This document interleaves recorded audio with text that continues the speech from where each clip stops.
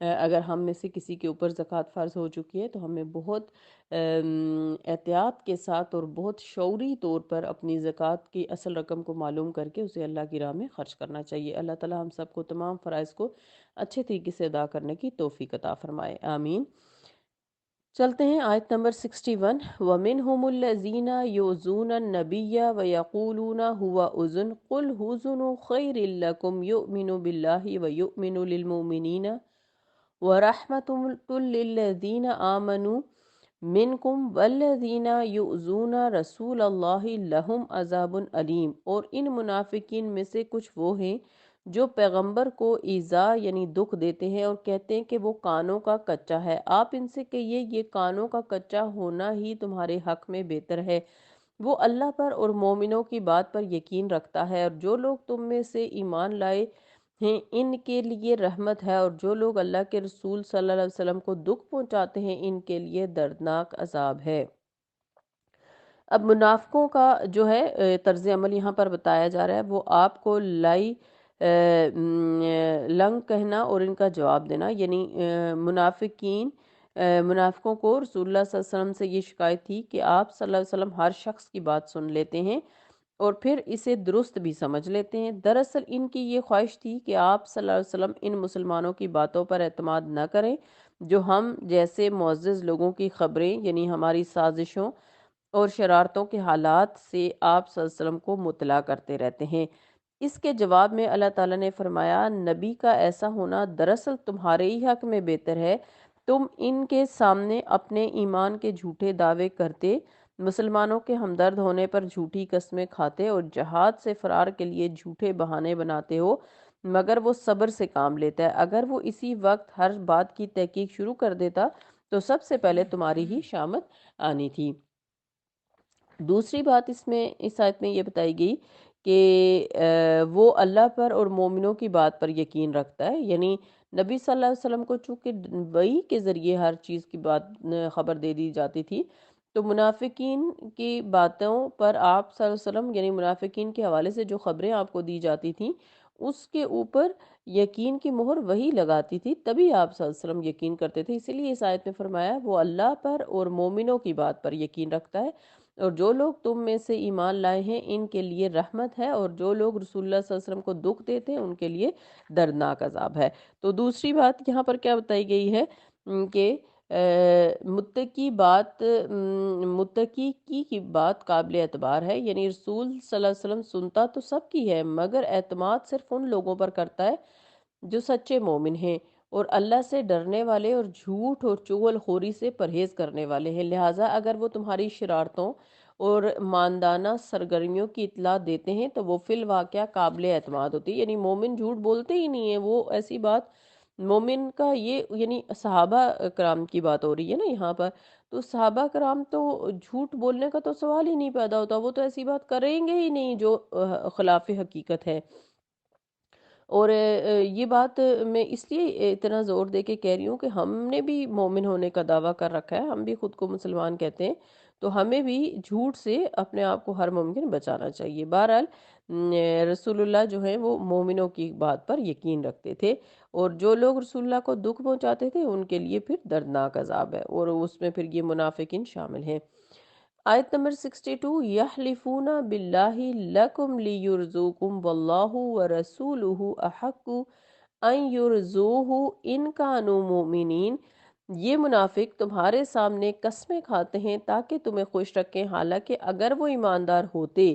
تو اللہ اور اس کا رسول صلی اللہ علیہ وسلم اس بات کے زیادہ مستحق ہیں کہ انہیں راضی رکھیں۔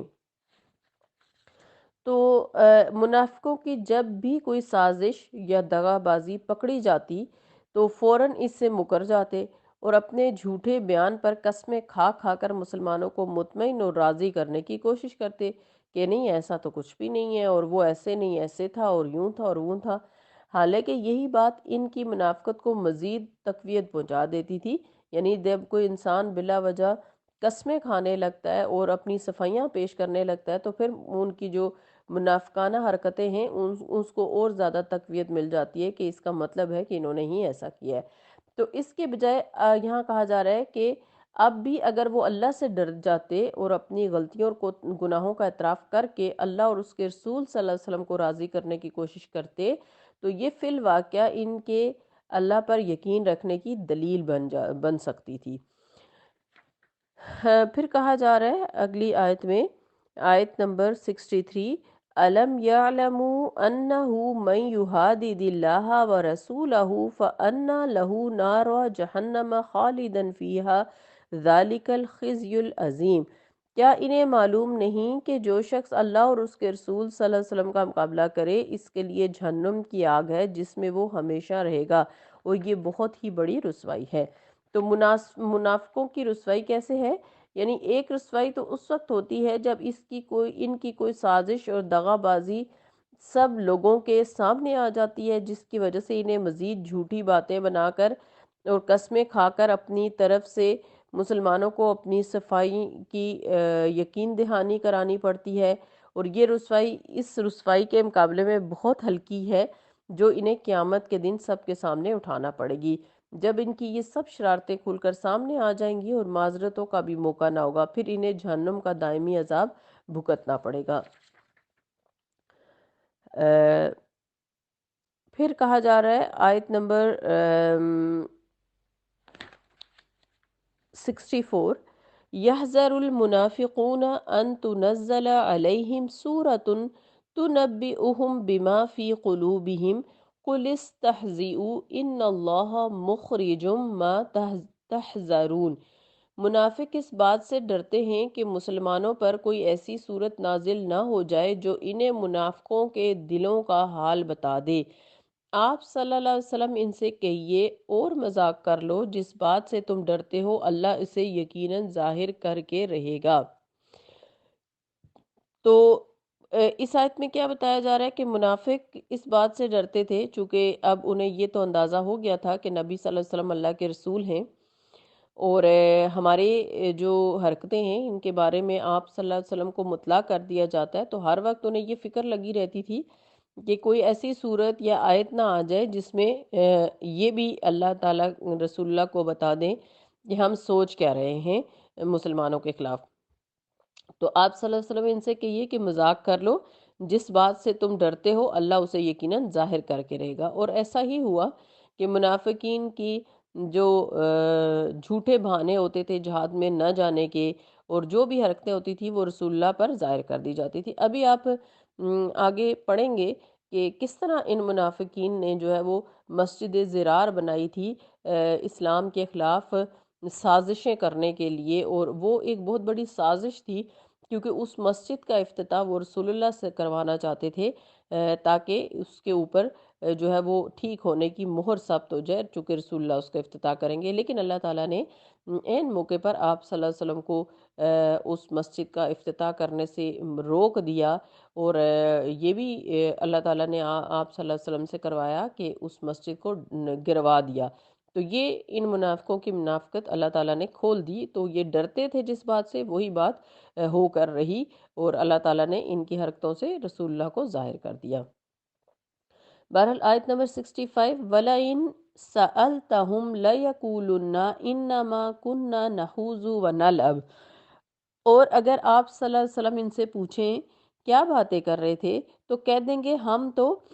صرف مذاق اور دل لگی کر رہے تھے۔ قُلْ أَبِاللَّهِ وَآيَاتِهِ وَرَسُولِهِ كُنْتُمْ تَسْتَهْزِئُونَ۔ آپ صلی اللہ علیہ وسلم ان سے کہیے کیا تمہاری ہنسی اور دل لگی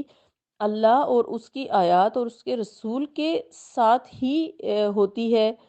یعنی منافقوں کی دل لگی کا موضوع کیا ہے؟ آپ یہ دیکھیں کہ غزوہ تبوک میں منافقین کی ایک جماعت بھی شامل تھی جنہیں چاروں ناچار ساتھ جانا پڑ گیا۔ آپ دیکھیں کہ یہ ذہن میں رکھیے کہ یہ آیات جو ہم پڑھیں یہ غزوہ تبوک کے حوالے سے پڑھیں، پچھلے کچھ دنوں سے جو آیات پڑھیں، بیچ میں پھر وہ زکوٰۃ کی آیات بھی آ گئیں،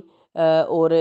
پھر دوبارہ سے اب منافقین کا ہر غزوے کے موقع پر جو کردار ہوتا ہے وہ بتایا جا رہا ہے، اور غزوہ تبوک کے موقع پر ان کا کیا کردار تھا کہ جب ان کی ایک جماعت کو جانا پڑا تو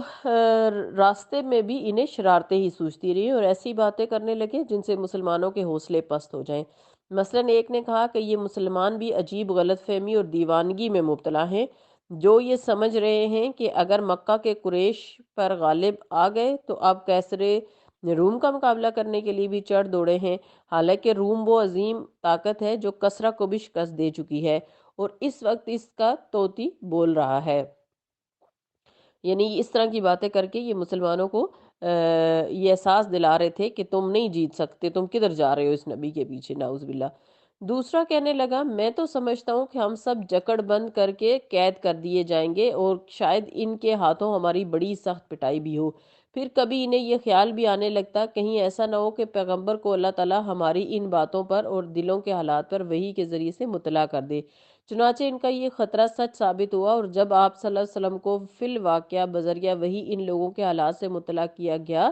تو آپ صلی اللہ علیہ وسلم نے انہیں بلا کر باز پرس کی تو کہنے لگے ہم تو یہ باتیں اس طویل سفر میں محض دل بہلاوے کے طور پہ کر رہے تھے، سنجیدگی سے نہیں کر رہے تھے۔ اللہ نے اس کا یہ جواب دیا کہ کیا تمہیں اس دل بہلاوے اور ہنسی مذاق کے لیے ایسی ہی باتیں سوچتی ہیں جن میں اللہ اور اس کے رسول صلی اللہ علیہ وسلم کی سبکی ہوتی ہے اور اسلام کی سربلندی کے مقصد کو نقصان پہنچتا ہو، اور کوئی بات تمہیں دل بہلانے کے لیے نہیں سوچتی؟ تو آپ دیکھیں بڑی سخت بات یہاں پر اللہ تعالیٰ بتا رہے ہیں کہ ہم مسلمان ہونے کے باوجود بعض اوقات ہنسی مذاق اور دل لگی کرنے لگ جاتے ہیں اور دین کی باتوں پر، جیسے کہ آپ نے بھی دیکھا ہوگا کہ بعض لوگ جو ہے وہ داڑھی کا مذاق اڑانے لگ جاتے ہیں، مولویوں کا مذاق اڑانے لگ جاتے ہیں مساجد میں۔ یعنی جیسے ہی اذان ہوگی تو بعض لوگوں کو میں نے یہ سنا کہ کہتے ہیں کہ ہاں جی مولوی صاحب اٹھ کے کھڑے ہو گئے۔ اب حالانکہ اگر آپ اسلام کو پڑھیں اور گہرائی میں جائیں تو آپ کو پتہ چلے گا کہ مؤذن جو ہے، آپ صلی اللہ علیہ وسلم نے فرمایا کہ قیامت والے دن سب سے اونچی گردن مؤذن کی ہوگی، اور یہ مؤذن ہونا کوئی آسان بات نہیں ہوتی ہے۔ جو اپنے مقررہ وقت کے اوپر لوگوں کو اللہ کے دین کی طرف اور فلاح اور صلاح کی طرف بلائے، وہ کوئی عام انسان نہیں ہوتا، لیکن ہمارے ہاں اس کا بھی مذاق اڑایا جاتا ہے۔ اسی طرح آپ دیکھیں کہ پھر آیات کا مذاق باقاعدہ سے اڑایا جاتا ہے، اور دین کا کام کرنے والوں کا مذاق اڑایا جاتا ہے، دین کے شاعر کا مذاق اڑایا جاتا ہے، اور اگر ہم زبان سے نہیں بولتے تو ہم اپنے عمل سے دین اور دین کے احکامات کا مذاق اڑاتے ہیں، اللہ تعالیٰ کے حکم کی خلاف ورزیاں کر کے جس چیز سے ہمیں روکا جاتا ہے ہم وہی کرتے ہیں۔ تو اس چیز سے بچنا چاہیے، کیونکہ آپ دیکھ رہے ہیں کہ اللہ تعالیٰ کتنی سخت آیات فرما رہے ہیں کہ کیا تمہیں اللہ کا دین ہی ملا ہے اور اللہ کا رسول ہی ملا ہے مذاق اڑانے کے لیے اور مذاق اور دل لگی کرنے کے لیے اور دل بہلانے کے لیے؟ یعنی کیا، یعنی آپ دیکھیں کیا الفاظ ہیں، کل آپ صلی اللہ علیہ وسلم کہیے اب اللہ و آیاتی ہی، کیا اللہ کے ساتھ اور اس کے آیات کے ساتھ دل لگی کرنی ہے تم نے، و رسول ہی اور اس کے رسول کے ساتھ، کن تم تستہزئون، کیا تم مذاق کرو گے؟ کیا یہی رہ گیا اب، اور ہنسی مذاق کی کوئی باتیں نہیں ہیں؟ تو اس لیے بحیثیت مسلمان ہم سب کو اپنی زبانوں پر، اپنی سوچوں پر، اپنے طرز عمل پر بہت زیادہ غور کرنا چاہیے، اور شعوری طور پر ہمیں اس چیز سے بچنا چاہیے کہ ہم کوئی ایسی بات منہ سے نہ نکالیں، کوئی ایسا عمل نہ کریں جو ہمارے دین کے خلاف جا رہا ہو، اور ہمارا ایمان کے خلاف، اور خدا نخواستہ وہ بات قیامت والے دن ہمارے خلاف جو ہے نا اٹھ کے کھڑی نہ ہو جائے اور ہمارے خلاف گواہی نہ دے دے۔ اللہ تعالی ہم سب کو ایسی جہلانہ حرکتوں سے محفوظ رکھے۔ آج کے سبق کی لاسٹ آیت دیکھ لیتے ہیں، آیت 66۔ لا تعتذروا قد کفرتم بعد ایمانکم ان نعفو عن طائفۃ منکم نعذب طائفۃ بانہم کانوا مجرمین۔ بہانے نہ بناؤ، تم فی الواقعہ ایمان لانے کے بعد کافر ہو چکے ہو، اگر ہم تمہارے ایک گروہ کو معاف کر بھی دیں تو دوسرے کو ضرور سزا دیں گے کیونکہ وہ فی الواقعہ مجرم ہیں۔ تو اس گروہ سے وہ منافق مراد ہیں جنہوں نے اس طرح کی گفتگو میں حصہ نہیں لیا، اور وہ گروہ بھی مراد لیا جا سکتا ہے جو بعد میں فی الواقعہ نفاق کی راہ کو چھوڑ کر حقیقی مومنوں میں مانوں میں مسلمان بن گئے۔ تو یہاں پر کہا جا رہا ہے کہ بہانے نہ بناؤ۔ جب رسول اللہ نے ان کو بلا کے پوچھا تو وہ کہنے لگے نہیں ہم تو ایسے ہی دل لگی کر رہے تھے، تو کہا جا رہا ہے بہانے نہ بناؤ، تم مسلمان ہونے کے بعد، ایمان لانے کے بعد کافر ہو چکے ہو۔ اس لیے پھر دوبارہ کہوں گی کہ کوئی ایسا طرز عمل نہ اپنائیں جو منافقوں والا ہو اور جو خدا نہ خواستہ مسلمان ہونے کے باوجود ہمیں کفر میں شامل کر دے۔ تو اگر ہم تمہارے ایک گروہ کو معاف کر دیں تو معاف کون سا گروہ کو کیا جائے گا؟ جیسے میں نے آپ کو بتایا کہ جنہوں نے اس طرح کی گفتگو نہیں کی، یا پھر وہ جو پہلے تو منافق تھے بعد میں سچے مسلم بن گئے تھے، تو ان کو سزا نہیں دیں گے۔ تو دوسرے گروہ کو تو ضرور سزا ملے گی، کیونکہ وہ مجرم ہیں، یعنی جو واقعی ایسی باتیں کر بھی رہے تھے اور جو واقعی اسلام کے خلاف بھی سرگرم تھے، ان کو سزا تو ملے گی اور دی جائے گی، یہ یہاں پر بتایا جا رہا ہے۔ تو اللہ تعالیٰ ہم سب کو منافقین والی طرز عمل سے اور حرکتوں سے محفوظ رکھے، اور ہمیں جو ہے وہ دین اور ایمان کے راستے میں ثابت قدم رکھے۔ اللہ تعالیٰ ہم سب پر اپنی رحمتیں نازل فرمائے، آمین۔ اللہم انا نسألک الحسن الخاتمہ، اللہم ثبت بکلمہ لا الہ الا اللہ عند الموت، آمین۔ سبحانک اللہم وبحمدک نشہد ان لا الہ الا انت نستغفرک ونتوب الیک۔ السلام علیکم ورحمۃ اللہ وبرکاتہ۔